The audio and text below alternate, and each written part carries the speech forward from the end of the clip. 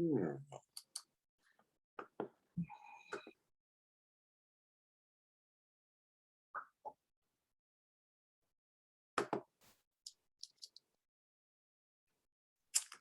right. Well, we'll get going then. Good afternoon, everybody, and I'd like to call the board meeting of the Edmonton Metropolitan Transit Services Commission to order at 1:34, and we'll start off today with the notice that we're all on live stream. So a reminder that we're recording this meeting is being live streamed on YouTube to the public. And for the public's consumption is due to the ongoing COVID-19 pandemic. Board members are each in their respective homes and or places of work for the duration of this recording. And we'd like to thank those of you who have joined us today and to the members of the public watching our live stream now or later of the recording of this meeting. As we start off every meeting, I want to start off with our land acknowledgement, and I state the following. On behalf of the board, we would like to acknowledge the traditional lands which we are virtually gathered as Treaty 6. We would like to thank the diverse Indigenous peoples whose ancestors' footsteps have marked this territory for centuries, such as the Cree, Dene, Saulteaux, Nakota Sioux, and Blackfoot peoples. We also acknowledge this is the Métis homeland and the home of the largest concentration of Inuits south of the 60th parallel. It is a welcoming place for all peoples who come from around the world to share the Edmonton metropolitan region as home. And it's kind of an interesting day today because our board meetings are normally held on the Thursday of the last week of a month, but tomorrow is the first national day for truth and reconciliation. And so we moved our board meeting to today to honor the first day of National Day for Truth and Reconciliation and to celebrate that day appropriately. So on behalf of the board, I would also like to state that we would like to acknowledge that September 30th, 2021 marks the first National Day for Truth and Reconciliation. The day honors the lost children and survivors of residential schools, their families and communities. Public commemoration of the tragic and painful history and ongoing impacts of residential schools is a vital component of the reconciliation process. Today, on the eve of the first National Day for Truth and Reconciliation, we acknowledge the significance of this special day, and we commemorate the contributions of Indigenous peoples to the development of Canada generally and all historic injustices perpetrated by our governments in their dealings with Indigenous peoples.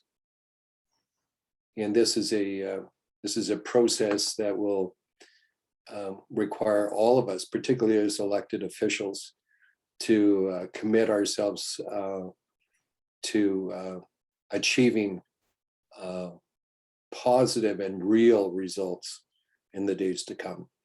And I'm glad that we have an opportunity to wear orange today if we have a chance, and if we don't, we'll be wearing orange tomorrow in acknowledgement of the day of truth and reconciliation. So on that note, like to move to the approval of the agenda. And you see the agenda before us. We have a consent agenda and then consideration of adoption of reports. And you see it here before us.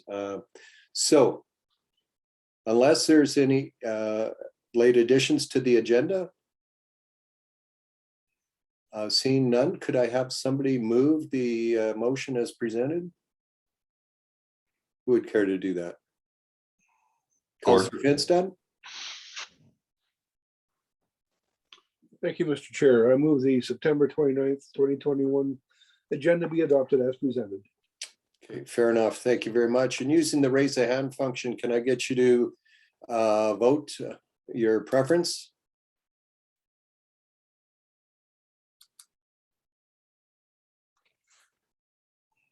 And I see that is passed unanimously. Thank you very much, folks. The next item of work here is, of course, the approval of the minutes of September 9th, 2021. The minutes have been distributed. Any errors or omissions that anyone would like to raise? Mayor Ralph? No, I'm just going to, if there was no errors or omissions, I was just going to put the motion on the floor. Fair enough. I've seen none. So if you'd like to read the motion into the record. That the September 9th, 2021 regular board meeting minutes be approved as presented. All right, again, using the raise the hand function, could I get you to make your wishes known around the vote? And I see that's unanimous as well. Thank you very much, everyone. Okay. We are at the consent agenda. And again, that was distributed earlier with the original package, the September 9th, 2021 CUDA open a letter. And this is for information. Any comments on that before we proceed to the motion here? Councillor Laurie. Thank you, Mr. Chair. I'm just wondering for future meetings, if our previous minutes should not be in the consent agenda as well. Okay. Any comments about that? We could certainly do that. The only concern I would have is if there was errors or omissions. Then those would be pointed out before they were consented, but I concur with Councillor Laurie. Yeah, you can pull it if you see something that you don't like. Yeah, and Mr. Chair, that's exactly my intention behind this is whether it's correspondence, whether it's minutes, anything like that, anything in the consent agenda can be pulled out for an actual motion. So I just believe it's good process if we can put as much as possible of the simple administrative tasks into the consent agenda so we can keep our meetings moving as quickly as possible. Fair enough. And Mr. Jankowski, you've heard the will of the board in this regard? Yes, we can absolutely do that. We can also, if it's the board's desire, move or add the reports from the committees leading up to each board meeting. We can also place those in the consent agenda. And that way, if there are any comments, they could also be called by individual members that wish to speak to that. We'd be happy to do that. Councillor Laurie, is that your intent? I would be perfectly happy with that. I think that's an appropriate use of it. Okay. Any closing comments before I ask for this motion to be presented? Councillor Laurie, if you'd like to make the motion. For sure. Yeah, no closing comments on that. I appreciate our CEO's ability to adapt to that. And again, it'll let us to get to the meat and the important information in our meetings as quickly as possible, but still give the opportunity to talk about any items that any member of the board feel we need to. So with that, I will put a motion on the floor that the consent agenda be approved as presented. Fair enough. Thank you. Using the raise the hand function, I'll call a question.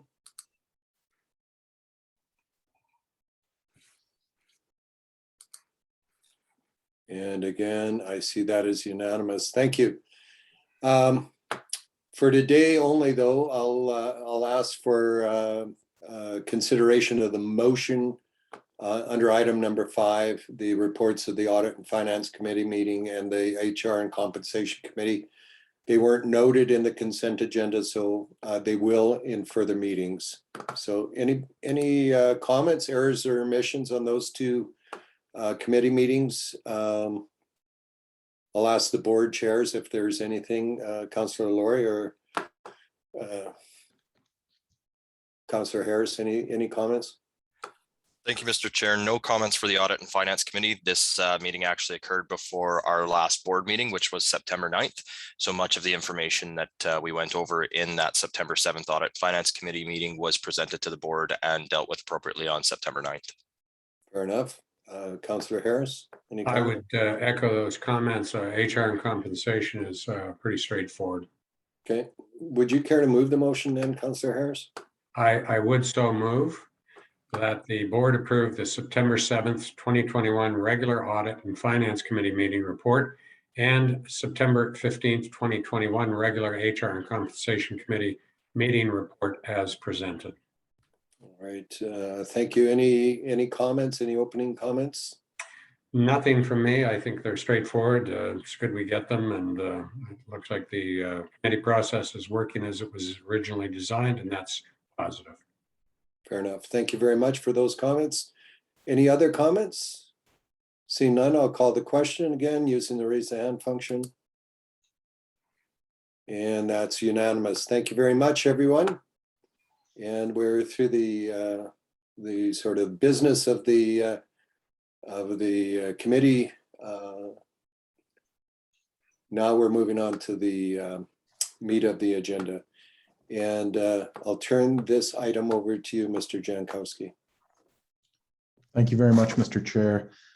In your package that was distributed to the board members in advance of today's meeting, you will find a decision note and some draft letters to the leaders of the three principal federal parties. Having considered the CUTA letter that was drafted and distributed to all leaders of the federal parties prior to the election, we now have an opportunity to follow up on that and to commence or further the lobbying efforts that the commission has been involved in to this point. And what we've suggested to the board is the consideration of new correspondence from the board representing the interests of the 1.2 million residents that are residents of the 8-member municipalities. The 8-member municipalities have elected members from each of the three major federal parties on election day, and we're now at a point where those three parties could be compelled or should be compelled, in our opinion, to work together to further and advance the commitments to transit operational funding in particular. The CUTA letter spoke eloquently to the need for the federal government to consider continued regards to operating funding. It was referenced the current COVID-related, pandemic-related situation of lower ridership or reduced fare ridership and fare revenues, and also spoke to the higher operating costs that we are all experiencing as owners of the various transit authorities that serve our residents. We believe as staff that now is the right time for us to advance the notion that all three parties be compelled or directed or requested to work together to consider the potential for new and permanent sustainable transit operating funding to assist transit operations such as the ones that we will be taking over, we will be integrating over the course of the next year. And certainly, although in the previous government's mandate, there was mention of new transit operating funding coming forward in 2026, we believe the time is right now. The needs exist today. The needs the permanent or long-term needs are exacerbated by the impacts of the pandemic. We're certainly going to require additional funding to overcome those challenges that we've all experienced over the course of the last 21 months. And as we move forward within our various municipalities, as we think about the contributions that transit can make to the economic recovery of regions such as the capital region, we believe that it is entirely appropriate and timely for us now to bring those interests forward for federal government consideration. And in light of the fact that we're dealing with a minority government, we're suggesting that that letter be circulated to all three leaders of the principal federal parties, with copies to all of the elected MPs from all three parties as elected across our 8 municipalities. So we've brought that forward for the board's consideration. And I'll be happy to answer any questions in that regard now. Thank you, Mr. Jankowski. Any questions, comments? Councillor Harris, go ahead. I understand sending it to the three primary parties, but we also have the Green Party, which unfortunately lost standing in the House of Commons in the last election. But they obviously have an agenda relative to some of the things that transit might ultimately benefit in terms of, global climate change and things of that nature. Is there any value in considering that, or are we primarily focused on the three? I just wanted to touch base on that again, just to make sure we're going in the right direction. I support this, of course, but just that one question of clarification. Mr. Jankowski. So through the chair, we can certainly craft a slightly different letter to the, and I don't even know if there's an acting leader now of the Green Party, but we can certainly draft an additional correspondence that would essentially raise the same issues and direct it to the Green Party. We focused on the three principal parties in light of the fact that there were members from all three parties that were elected within our 8 municipalities, but we'd be happy to add another piece of correspondence, because you're absolutely right in terms of the objectives of the Green Party. Our need to expand and fund better transit service plays right into the stated desires or stated objectives of the Green Party as well. Yeah, and I understand that justification for doing the three, and I'm not necessarily advocating this, but I want to put it out to make sure that we are inclusive in as wide a context as we can be. I mean, you could even draw a reference to the fact that the Quebec Federal Party has standing, and ultimately they have some of the similar challenges as well. So, but I just bring that forward just as a matter of speculation or consideration. But I'm okay with the way it's presented at the present time. Okay, fair enough. Thanks, Councillor Harris. We'll get back to the item. I got Councillor Finstad, then Mayor Ralph, and then Councillor Laurie. So Councillor Finstad. Thank you, Mr. Chair. I concur that the three primary parties should be done. I mean, to have a fringe party with minimal representation doesn't really advance, I don't believe, in my opinion, going forward, but I see no harm in involving the Greens or the Quebecois for that matter, if our intent is to get as much national coverage as possible. So I would say, hey, if we're going to do the Green Party, let's do the Quebecois as well. Okay, fair enough. Mayor Ralph. I just wanted to actually just throw my support at this this decision to move forward with this letter. I think it's definitely something we should be doing. So again, just wanted to. And as far as my my thoughts on copying the other parties, I think the more we spread the news or spread the request out, the better we are. So even if they're just minority parties or don't really have a lot of seats, the more the merrier. So okay, fair enough. Thank you for that. Councillor Laurie. Thank you, Mr. Chair.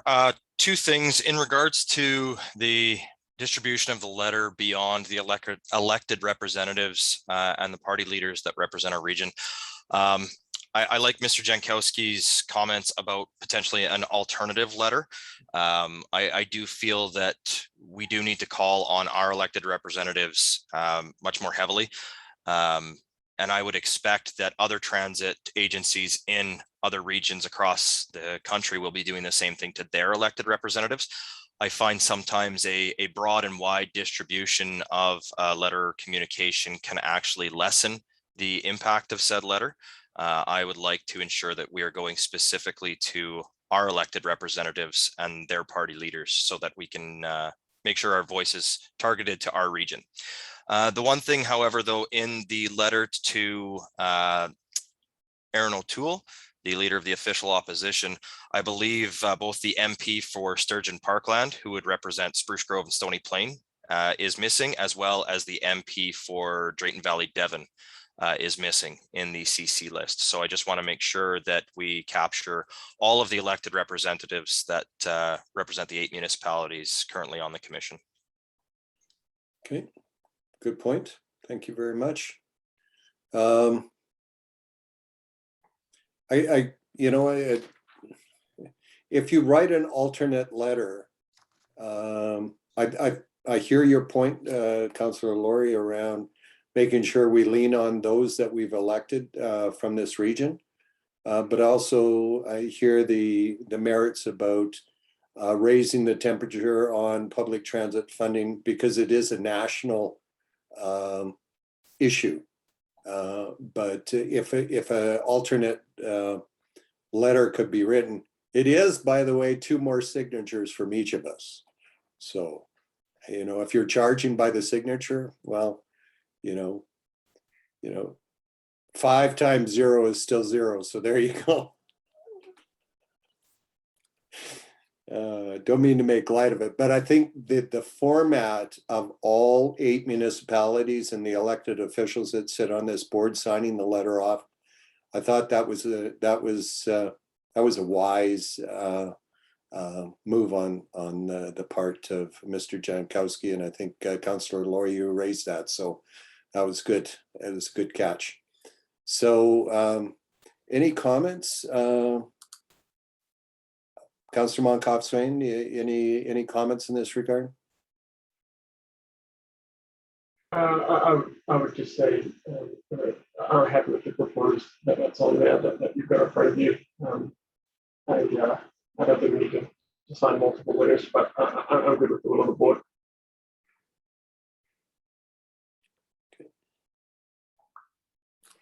Okay, so you were kind of breaking up there a little bit, Sam. Did I miss something there? Sorry, is that any better? Yeah. Would you like to make the motion? I can make the motion. Sure. All right.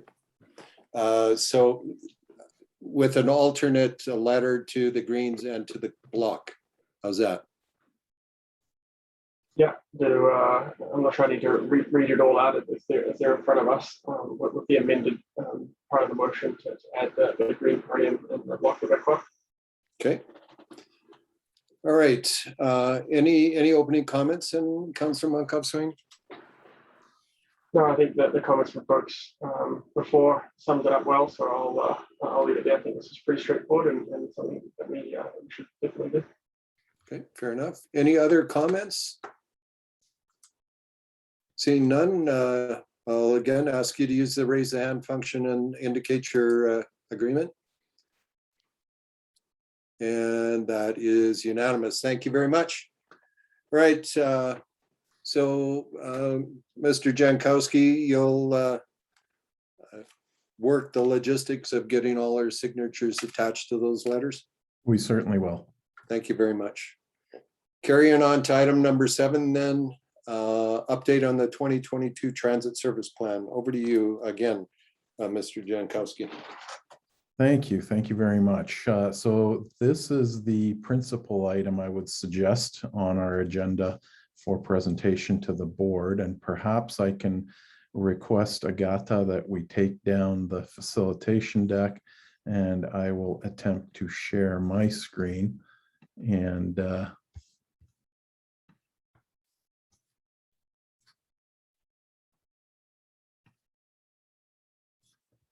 I hope that you can all see that now. Everybody can see the black title page. I hope. There we go. Okay, perfect. All right. So thank you very much. What we have been working on over the course of the last two and a half weeks since the September 9th meeting is a proposed work plan and the elements of a proposed work plan that would respond to the board's direction from September 9th. On September 9th, we presented the results of the initial part of a work plan that was originally considered by the board back in June of this year. And back in June of this year, we had developed and proposed to the board a work plan that really was a really constrained and time driven, if I can put it that way, work plan that intended to get us to a point whereby we would have a plan, a service plan in place by the latter part of 2021, a high-level service plan which would lead us to the preparation of 2022 operating budget, all in an effort to move to detailed service planning in the first 2 quarters of 2022, and move through that process with public engagement to a point where we can start to communicate to all of our communities by the middle of 2022, and we can develop the agreements between all of the existing transit owners to effectively start transit operations under the EMTSC banner by September of 2022. Now, we knew that that was an extremely aggressive timeline, but we put forward a work plan which had us admittedly suggesting to the board some principles back on September 9th, and ultimately we would have presented a new opening day service plan that would have been based on those principles. But when the board looked at those principles and got into the discussion, the board was really interested in seeing a comparison of what had been originally proposed as a conceptual service plan in the June 2020 business case. And many members were interested in the comparison between the elements back in that plan and what an opening day plan might look like today based on those foundational principles.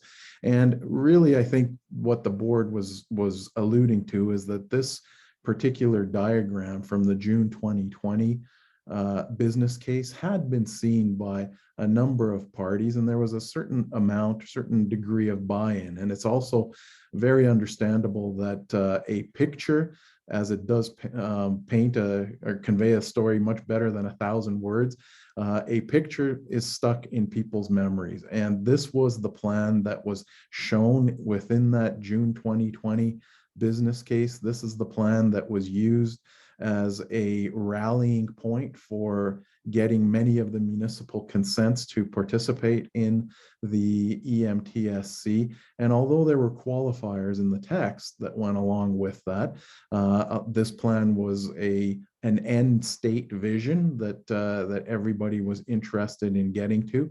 The reality was that this is what's really kind of captured people's imagination. As such, although there were some financial analytics associated with that original business plan, there was a proxy used in that business plan for an in-depth financial and costing analysis. And that proxy was the proxy of allocation of service hours to many of those colored lines that were on that plan or on that map. What we're now suggesting, and I'll walk through the presentation over the next few minutes, we're suggesting that if we're going to undertake the preparation of a detailed service plan for opening day and compare it to what a detailed service plan associated with that original conceptual plan from 2019 and 2020, what that might look like, we're going to have to do a lot of bottom-up costing as opposed to the proxy of service hour comparisons that was used in the original business case.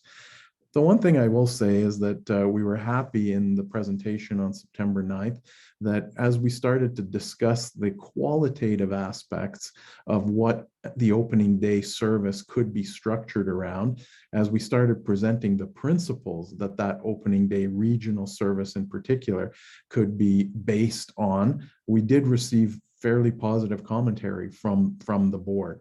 And so that is something that we're packing away, we're keeping in our back pocket as we move into the suggested work plan for comparison of that to 2019-2020 service plan to what might be considered based on these principles for opening day.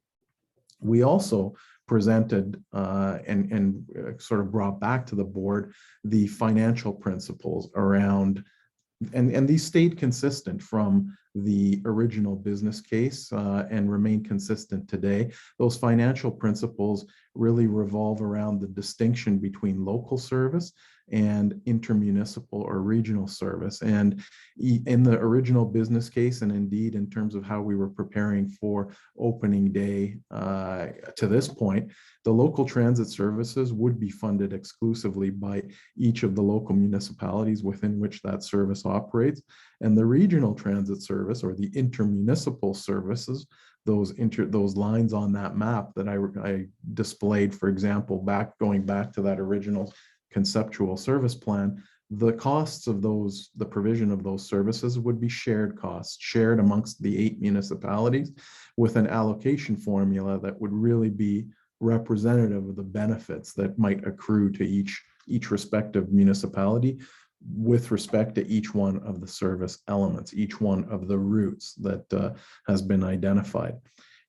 I also wanted to remind the board of the key benefits of the commission as stated in the business case. The language that you see in front of you is essentially lifted from the business case.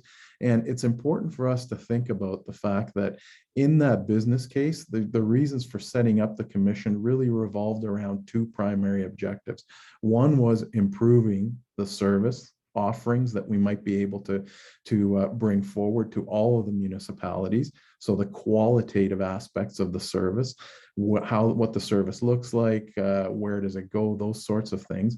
And the second was addressing the efficiency or the financial side of the equation, financial side of the value proposition, looking at ways in which the delivery of the services could be accomplished in a more efficient manner. And why I stress that is that as we move into consideration of how we would undertake a comprehensive comparative analysis between what was in that concept plan back in 2019 and 2020 and what we might be thinking about for opening day in 2022, we're really going to structure it around those 2 core considerations, or those groups of attributes, if I can put it that way. We're going to look at the qualitative aspects, the description of the transit services that we're going to consider, and we're also going to look at the financial analytics associated with each one of those service elements. So the value as expressed in qualitative terms of the services that we're providing, and as referenced in some of those principles, for example, that we discussed with the board on September 9th, as well as looking at a bottom-up costing of what it would take to actually deliver the services that we'll be considering. So what we did is, as we started looking at those 2 sort of groups of attributes for our comparative evaluation, we started looking at the elements of what a work plan would have to address. And on this graphical representation, the first thing I will note is that we haven't included a timeline, but we've included a suggested revised sequencing of operations. You can see in the blocks the general descriptions, and each of the following few pages addresses each one of those blocks in a little more detail. But the things that I'd like to point out in sort of this conceptual or diagrammetric representation of the sequence of operations is that under the original plan, we would have been carrying out a lot of the detailed service delivery planning. So the identification of, for example, the exact routes, the locations of the exact routes, the locations of the stops, the timing between stops, the timing of integration or crossing of other routes in order to maximize the effectiveness. A lot of that detail, along with the detail of where would the resources come from, where would the transit vehicles come from, which facility might they come, and how does that affect the costing of delivery for each particular one of the elements of an overall map. All of that work would have been carried out in the first 2 quarters of 2022, but it would have fallen after the board's consideration and the board's approval of an opening day service plan. based on the board's direction that was provided on September 9th, this work plan really reworks the sequence of the analysis, number one. So a lot of that work that would have been done after the board's approval of the service plan, a lot of that work is now suggested that we bring it back as part of the comparative evaluation to get to an approved service plan. The second thing I will say is that the quantity of that work, the magnitude of that work is going to be greater than what we originally envisioned. Originally, we were proposing to get an approval for a service plan and then move forward with the detailed service analysis, the costing associated with that. We were proposing that all of that be done after the board's approval and it be done on one plan. In light of the clear direction provided by the board, we're now going to bring that back, but we're also going to complement the costing and the analysis of the plan that we might have put in front of the board for opening day. And we're going to compare it with all of that additional analytical work for elements of that original service plan. And I think that's vital. I think the board correctly pointed out that there was a plan that did achieve a certain degree of municipal council and perhaps even public buy-in back in 2019 and 2020. And now what we're proposing is to really do the detailed analysis of that plan, cost it appropriately, and compare it to an alternative or alternatives that we might wish to bring forward to the board's consideration to reflect the realities of an opening day. And I'm going to stress that as well, because as we've said over the course of the last 4 or 5 months, today's realities, and in fact, as the CUDA letter pointed out, even the realities, the financial ridership and financial revenue realities for the next 2, 3, 4 years are going to be impacted, continue to be impacted by the situation that we're in now. And so the realities moving forward, the realities on opening day are going to be different than pre-2020, pre-COVID realities that might have existed then. But the analysis that we're going to do is going to be reflective of today's realities. A couple of other things that I just want to point out before I get to the discussion of each one of these blocks in detail is that originally we also would have done a lot of the definition of service delivery agreements, and those are the agreements between EMTSC and your municipalities that operate transit today. We would have been carrying that out after the board had approved both the service plan and an operating budget for 2022, as well as it would have, a lot of that work would have fallen after the development of the detailed service planning. Because we're moving the detailed service delivery planning up into the framework that we're proposing now, we will actually be building much of the principles of those service delivery agreements earlier on. And that's really good news, I think, for all of us. It's good news for the EMTSC, and it's good news for the current operating municipalities, because it provides us with a little more runway to actually get to good agreements that reflect the interests of all parties as we go through this transition phase over the next number of years.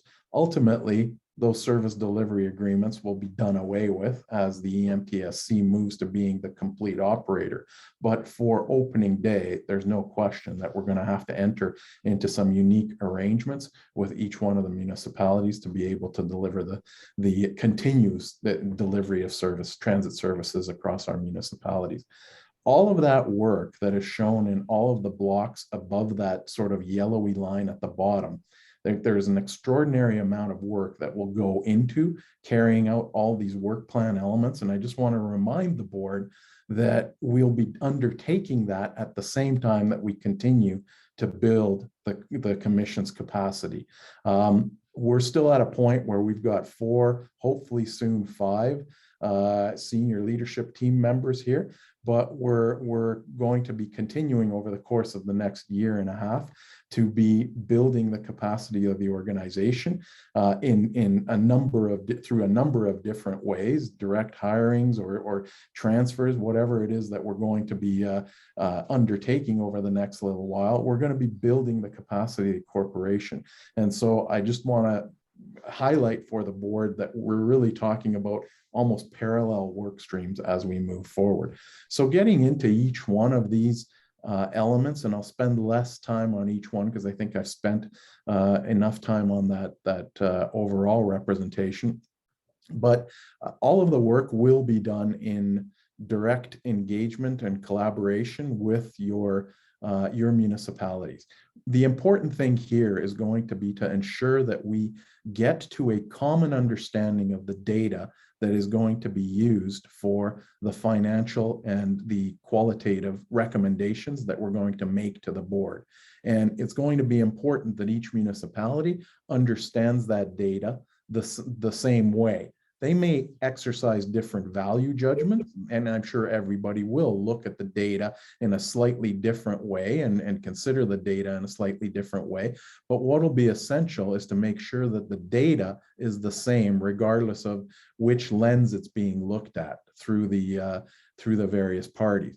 And in order for that to happen, what we propose is to work with all of the municipal staff at the 8 municipalities to make sure that they are fully cognizant of the data that we're pulling together. They understand it the same way, and that they're able to use it as they need to moving forward. At the bottom of each one of these slides, I want to highlight the assessment, the preliminary assessment of the resources that will be required. And we've kind of grouped them into 2 categories. Number one is we've identified the resources that we will be seeking the assistance of at each one of the 8 member municipalities. And the second is we'll be identifying, or we've identified, what the EMTSC resources will be. And on a number of the slides, when it comes to the EMTSC resources, you will see the same 2 skill sets being repeated: financial analytical capacity and operations analytical capacity. And this is no slight on any of the work that has been done to this point. We've had an excellent couple of consultants working on our high-level service transit planning, Andrew Anderson and Aaron Toop. But what we're looking at now is somebody with a lot of transit operations, logistical experience, somebody that has worked with all the cost drivers associated with making operational decisions vis-a-vis transit. And so that marrying that skill set with financial analytical capacity is going to be vital, particularly when it comes to the development of detailed service delivery plans. The one thing that I will speak to on this slide and on the next slide is we have had discussions with Edmonton Transit System, and Edmonton Transit System staff, the ETS does have transit operations analytical capacity.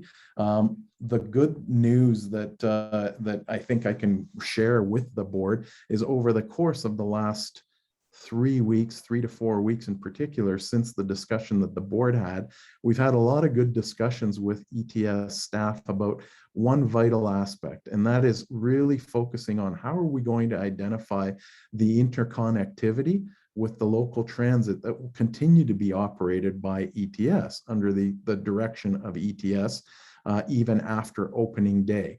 And there are 2 reasons why it's vital that we engage ETS directly and that ETS participate directly in that discussion. One is to ensure that we can correctly anticipate and correctly develop the integration points between the 2 networks to maximize the efficiency for our riders going forward. And the second thing is ensuring that we can work with Edmonton to identify how it is that some of the Edmonton resourcing in terms of service hour dedication, as was laid out in the original service plan, where might we be able to create that additional capacity on the remainder of the system in order for Edmonton to contribute in that way to the ultimate operation of this system. Paul, just a moment. Just a question. Would you like us to hold our questions till the end, or do you want to take them as they come up? Perhaps what I'll suggest, if possible, and I see that Councillor Munkoff-Swain has a hand up, but I would suggest if you could give me 5 more minutes just to run through the other elements of this, and then I'd be happy to answer any questions, because I suspect that some of the questions you might have might come up on a subsequent slide.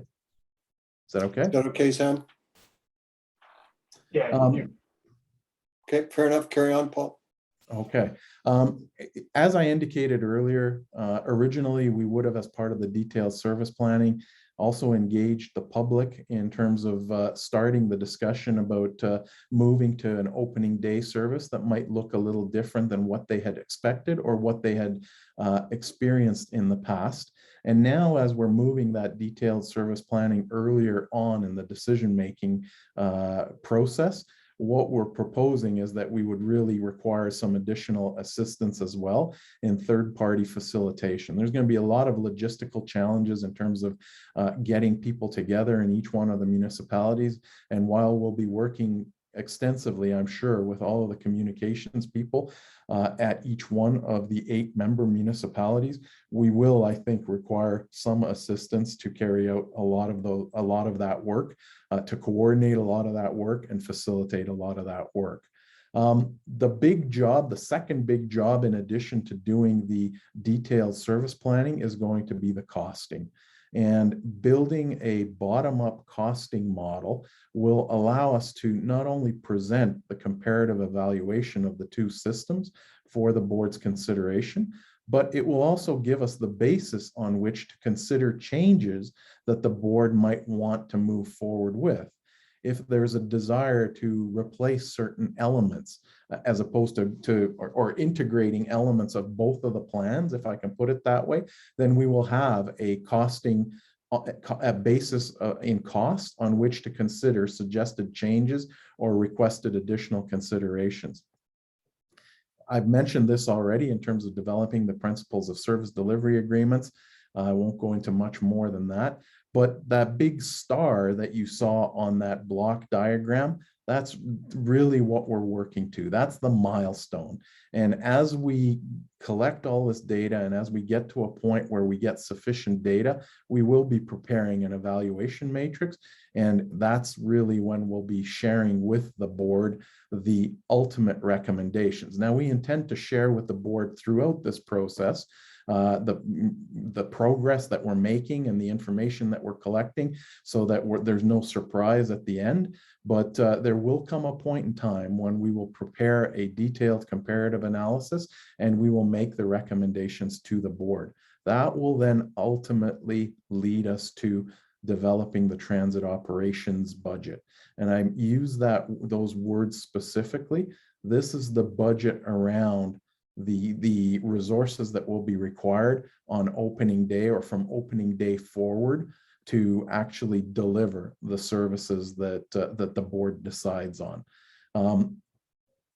It will also lead to the completion of the service delivery agreements and allow us to do that vital work, or complete that vital work of figuring out during the initial 2 or 3 years, how are we going to deliver together with the agencies or the municipalities that currently own transit? How are we going to deliver that work? I'll pause there before I speak to the next steps, but really what we're looking for is for the board's input on the work plan elements. Did we kind of get the scope, the high level scope right? And I'll stop there. Thank you, Paul, for that. Councillor Munkoff-Swain. Yeah, thanks, Wes. So Paul, I got a comment, a question that I've asked for you. If you go back, I think it's slide 12 around the municipal engagement. Maybe one more. That's one. Sorry, slide 11. Just this. Before I get into this one, just the comment. First of all, I thank you, for the course correction here to kind of flip this around. I think that we landed in the right spot to do this work up front. So thanks for hearing the feedback from the board previously. What I see here is reflective of what I heard at the board conversation, so I appreciate you doing that. The question here is, in the outcome, we talked about collaborating with municipal representatives to build common understanding of the data.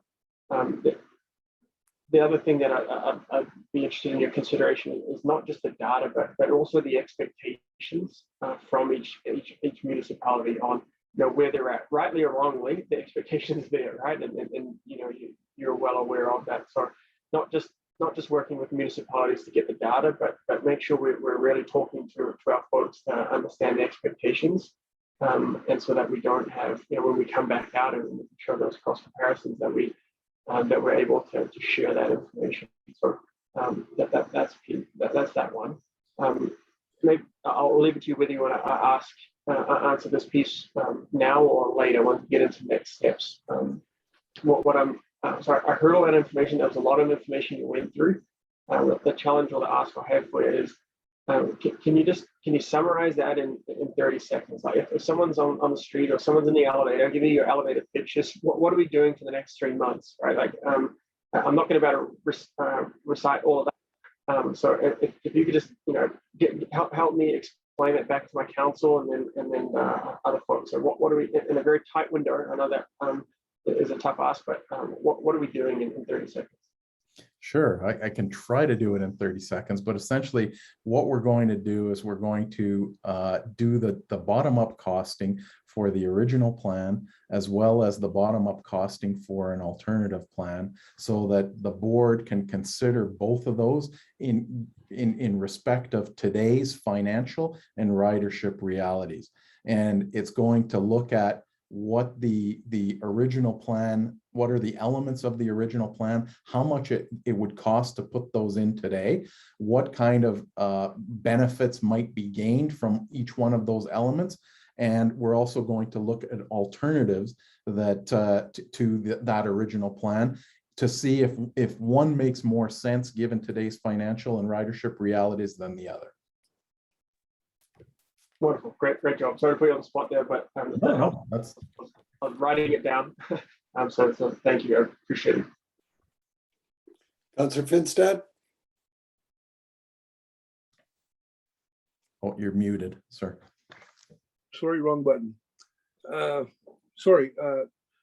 Question I have is, as we move along, we're going to be getting more and more complex information. And I just want to, number one, reiterate that we do need our materials well in advance of the board meeting so that we have time to review this information with our various administrative types. The other thing that I want to be sort of highlight is there might be a need for some municipalities to go back to their councils when there's going to be a differentiation between what everybody thought was proposed startup versus what the reality is going to be.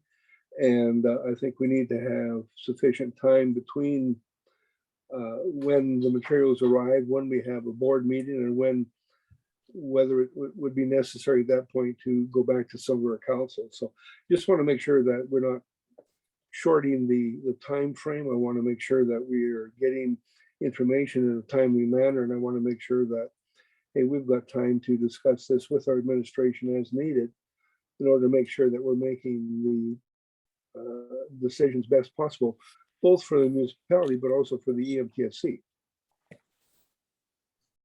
If I may respond to that, Mr. Chair. Fair enough. Yeah, and if I can take us back to the next steps, whoops. What we certainly propose to do now is, if we've kind of got the elements or the blocks of the work plan right, what we would propose is to sit down and really flesh out a detailed work plan and bring that back for the board's consideration in November. We're at the end of September now. There's going to be a lot of discussion that we would propose to engage in with the municipal representatives certainly the one thing I've been thinking about and talking about with some of the municipal representatives is that as we move through and move past the municipal election, what we will be preparing for is to go and assist each one of you with a presentation, if so desired, with regards to the EMTSC's mandate and role and where we are in the process of actually developing that opening day service plan. And certainly we can assist in any way that you might wish in presenting that sort of information to your councils, whether it's a one-time presentation or whether it's repeated presentations. We recognize that there is going to be a lot of discussion, I think, between the municipalities and the commission ultimately. And as Councillor Munkoff-Swain correctly pointed out, there are going to be different opinions and different suggestions because there are different mandates at play. Each municipality has its responsibilities, and ultimately at the end of the day, the board is also here at the commission going to have to consider if there are value judgments that need to be made to reflect both the quality aspects and the cost aspects. We're as long as we're dealing with the same data in front of all parties and everybody understands or doesn't question that data, we can certainly assist in the discussion around expectations and how those expectations may or may not need to be changed or revised for the short term, recognizing that, as I said at the very beginning, that 2020 conceptual service plan, that's a really good end state that was put out there. The issues that we're facing now are really revolving around what is the initial service offering, what's opening day service offering look like, and how does that reflect correctly, as Councillor Munkoff-Swain and you've identified, Councillor Finstad, how does that reflect the desires within the municipalities today as balanced against the ability to actually deliver on that service? So those service expectations. So we're fully committed to working with municipal staff, coming back. I'm committed to coming back and assisting you or providing information directly to your councils, however we might wish to do that. It's not likely to be one size fits all for all eight councils. Thank you for that, Mr. Jankowski. Councillor Laurie. Comments greatly appreciated. I appreciate that. Thanks, Paul. Thank you, Mr. Chair. I just wanted to bring forward a little bit of a commentary too as well. I think we're all used to the process that we went through with EY and WSP and developing the business case and having the business case brought forward to our councils. And at that point, we were representatives of our councils. At this point in time, now that the EMTSC is actually formed, we sit around this table as the representatives for the EMTSC. We are here as board members of the EMTSC.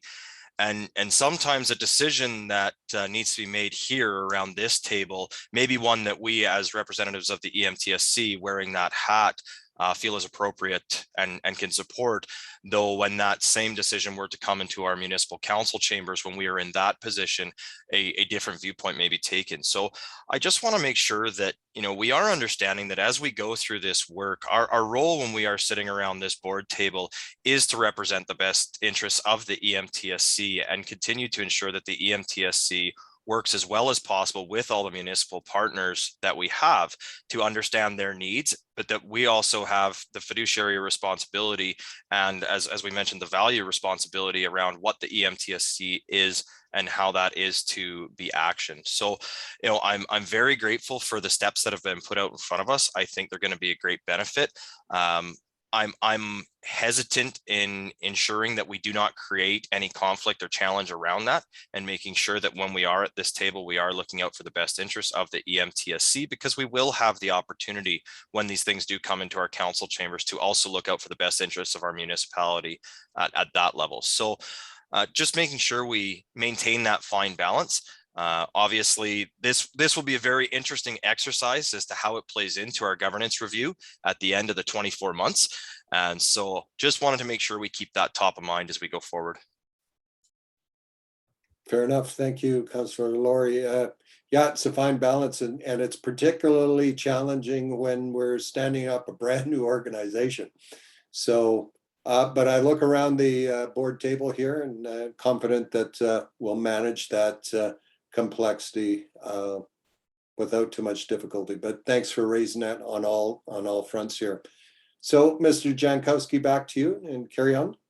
So yeah, so just to wrap up, in addition to engaging with the municipal staff, as I indicated, what we propose now is to flush out, if we've got this about right, flush out a much more detailed work plan, bring that back for the board's consideration, and to identify the additional resourcing requirements that will be required. I mentioned a number of them throughout the presentation, or a number of times throughout the presentation, that we are going to require technical analytical capacity from an transit operation standpoint, and we're going to require additional financial analytical capacity as well.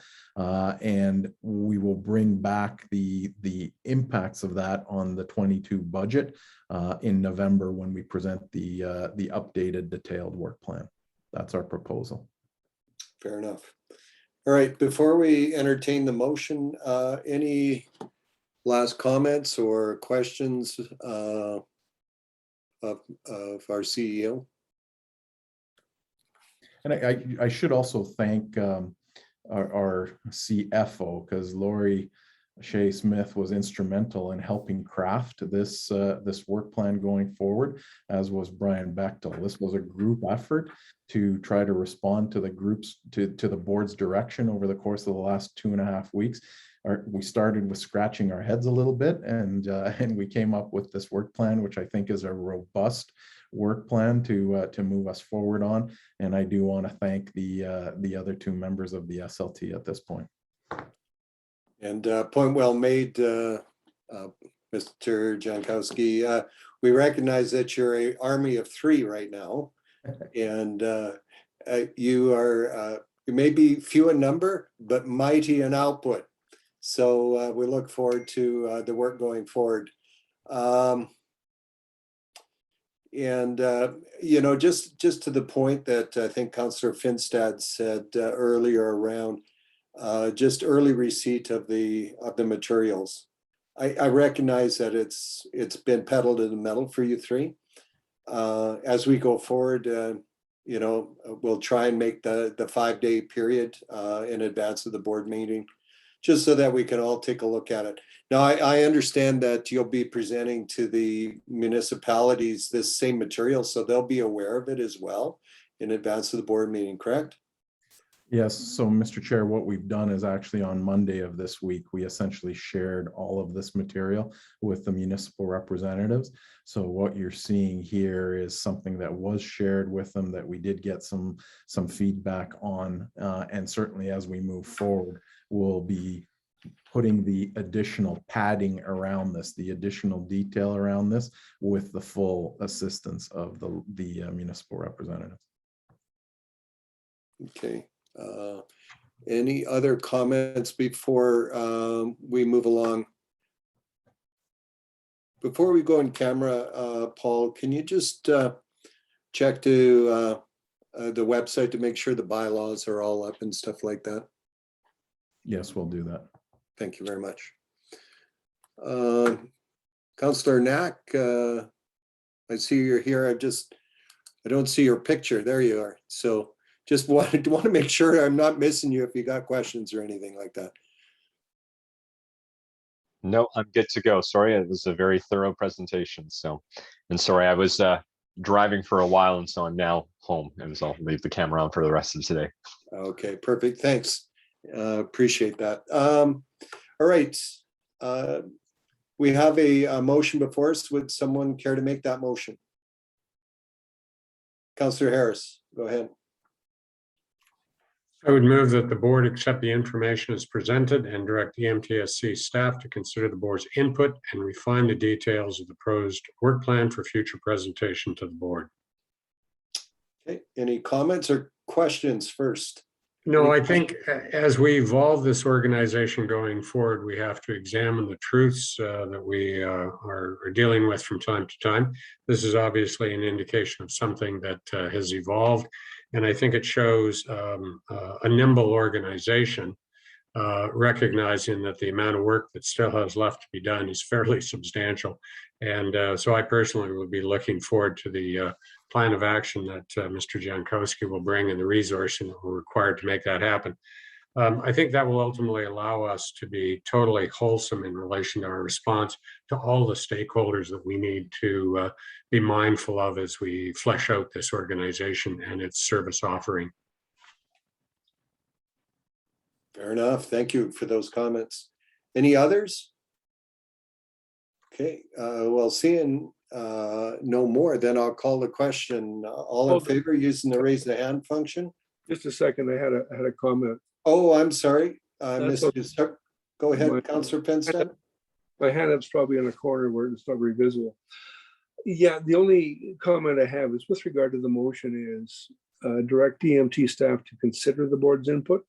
I'm not sure if that's a strong enough message. It's the interpretation is what has me kind of hung up a little bit, and I'm not sure how to amend the wording so that it's a little bit more that the board will utilize the board's input or whatever you want to call it, but just to consider the board's input, in my opinion, is not strong enough to show that the board is actually directing staff and not, you know, in a way that means that more than just consideration will be given to the board's input. Your Honor, Mr. Chairman, how about something to the effect, and I'd see it as a friendly amendment, that they direct the MTS staff to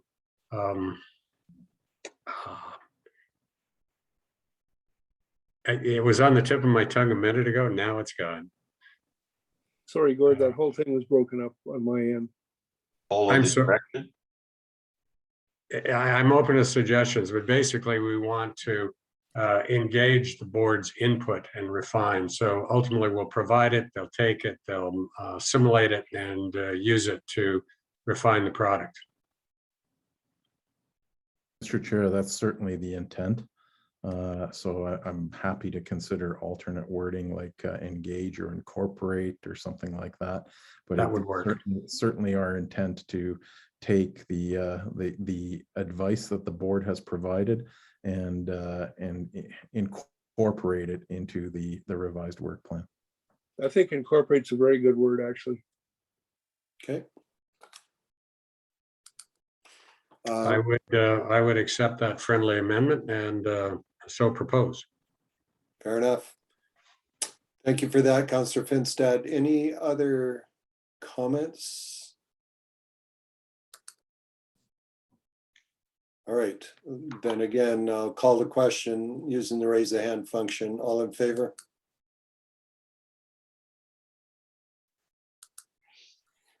And I see that as unanimous. Thank you very much, everybody. I appreciate the way we worked through that. Thank you. Just one last question before we leave that. So is there a date you want the input by? Or are you going to send something out then, Mr. Jankowski?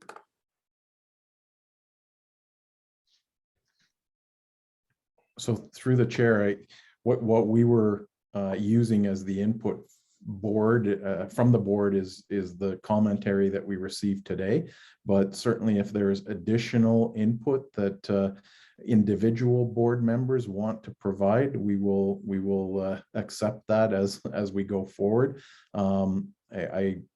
We can develop a process as soon as we can get your input individually. We'd be happy to incorporate it. Okay.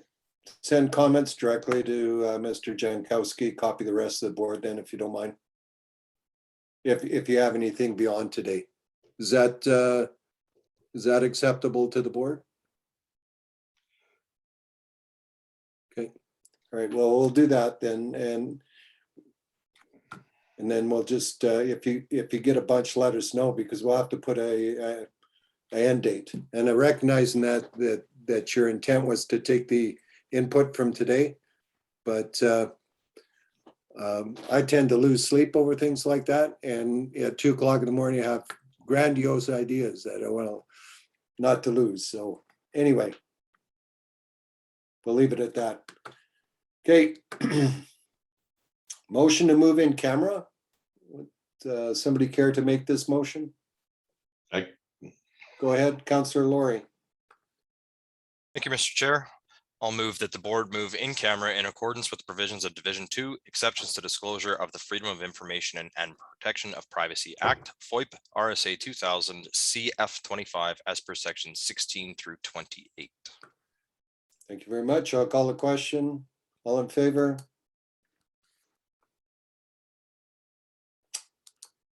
And that's carried unanimously. We'll give us a couple of minutes then, and Agata, you'll send a breakout room for us? Yes, I will. If I could just please have a moment. Thank you. Yeah, fair enough. Mr. Chair, can we have 5 minutes? We will reconvene at, how about 10 to 3?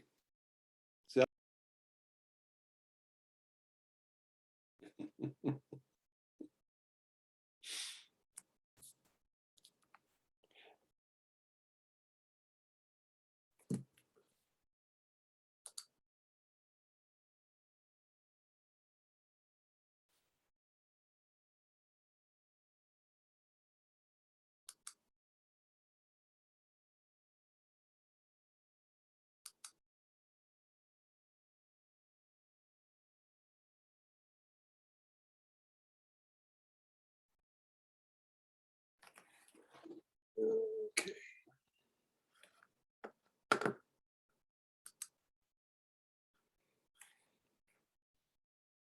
Okay, well, I'm not sure I'm not seeing anybody. I'm not sure what the story is on my end.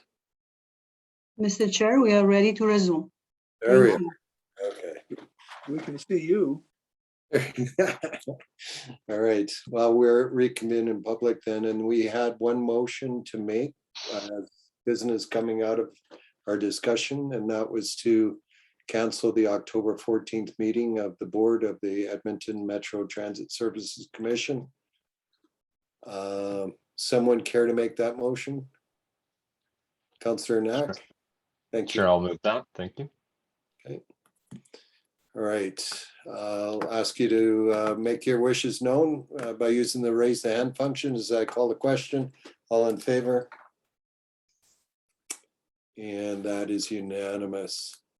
Thank you very much, everyone. So the 14th, and then Mr. Jankowski will await information from your post-election on the 18th then. Right. Is there anything else then, Mr. Jankowski, going forward? Nothing from staff, sir. All right. Anything else from any of the board? Councillor Harris? Okay. Seeing none, then I would be happy to adjourn. And I want to wish everybody all the best on the campaign trail. And as you door knock, don't twist an ankle or anything like that. I had a son-in-law who was dropping flyers for me, and he claimed he dropped 700 houses on a broken ankle. And but that's just my son-in-law. Anyway, I think he did about 10 houses and then quit because he was tired. So anyway, all the best, everybody. Have a good time, and we'll see you after the 18th. Take care, everybody. Take And care. the funny papers. Thanks all. Take care. All right, bye.